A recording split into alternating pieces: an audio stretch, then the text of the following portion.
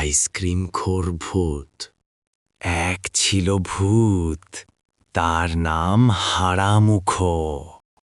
সে দেখতে বেশ ঠ্যাঙা, গায়ের রং আলকাতারার মতো কালো, আর চোখ দুটো ভাটার মতো গোল গোল। কিন্তু হারামুখোর একটা অদ্ভুত স্বভাব ছিল। সে অন্ধকার রাতে ভয় দেখানোর বদলে সারা রাত খুঁজে বেড়াত কে কোথায় আইসক্রিম ফেলে রেখেছে। হারামুখোর আইসক্রিম খুব প্রিয়, কিন্তু সে নিজে তো আর দোকানে গিয়ে কিনতে পারে না। তাই সে মানুষের বাড়ির জানলার পাশে ঘুরঘুর করত। সেই পাড়ায় থাকত পল্টু নামে এক দুষ্টু ছেলে। পল্টু রাতে ঠিকমতো খাবার খেত না, কিন্তু ফ্রিজ থেকে আইসক্রিম চুরি করে খাওয়ার অভ্যেস ছিল তার। একদিন পল্টু বড় এক বাটি ভ্যানিলা আইসক্রিম নিয়ে জানলার পাশে বসে খাচ্ছিল।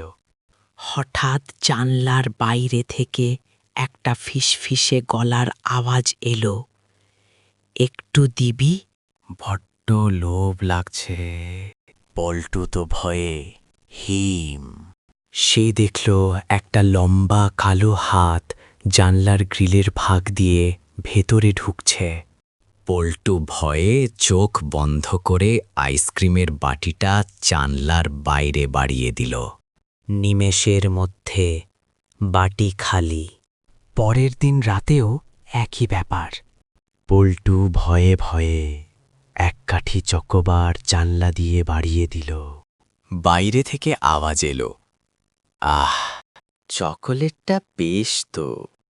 ধীরে ধীরে পল্টু আর হারামুখোর মধ্যে বন্ধুত্ব হয়ে গেল। পল্টু জানল যে এই ভূতটা মোটেও খারাপ নয়, শুধু একটু পেটুক। পল্টু তাকে বলল, তুমি এভাবে লুকিয়ে থাকো কেন? আমাদের বাগানে এসে বসো না। হারামুখো কাঁচুমাচু হয়ে বলল, সবাই তো আমাকে দেখলে ভয় পায় রে, তাই পালাই। পল্টু বুদ্ধি করে তাকে একটা পুরনো বড় সাদা চাদর আর একটা সানগ্লাস দিল। হারামুখো সেটা পরে যখন বাগানে বসে থাকত, সবাই ভাবত ওটা বুঝি পল্টুর কোনো আজব পুতুল। এখন পল্টু আর তার বন্ধু হারামুখো মিলে রোজ রাতে আইসক্রিম খায়, আর বিনিময়ে হারামুখো পল্টুকে তার পুরনো দিনের মজার সব ভূতের গল্প শোনায়। তবে হ্যাঁ, এখন পল্টু আর ভয় পায় না, কারণ সে জানে সব ভূত ভয়ঙ্কর হয় না। কেউ কেউ আইসক্রিম খেতেও খুব ভালোবাসে।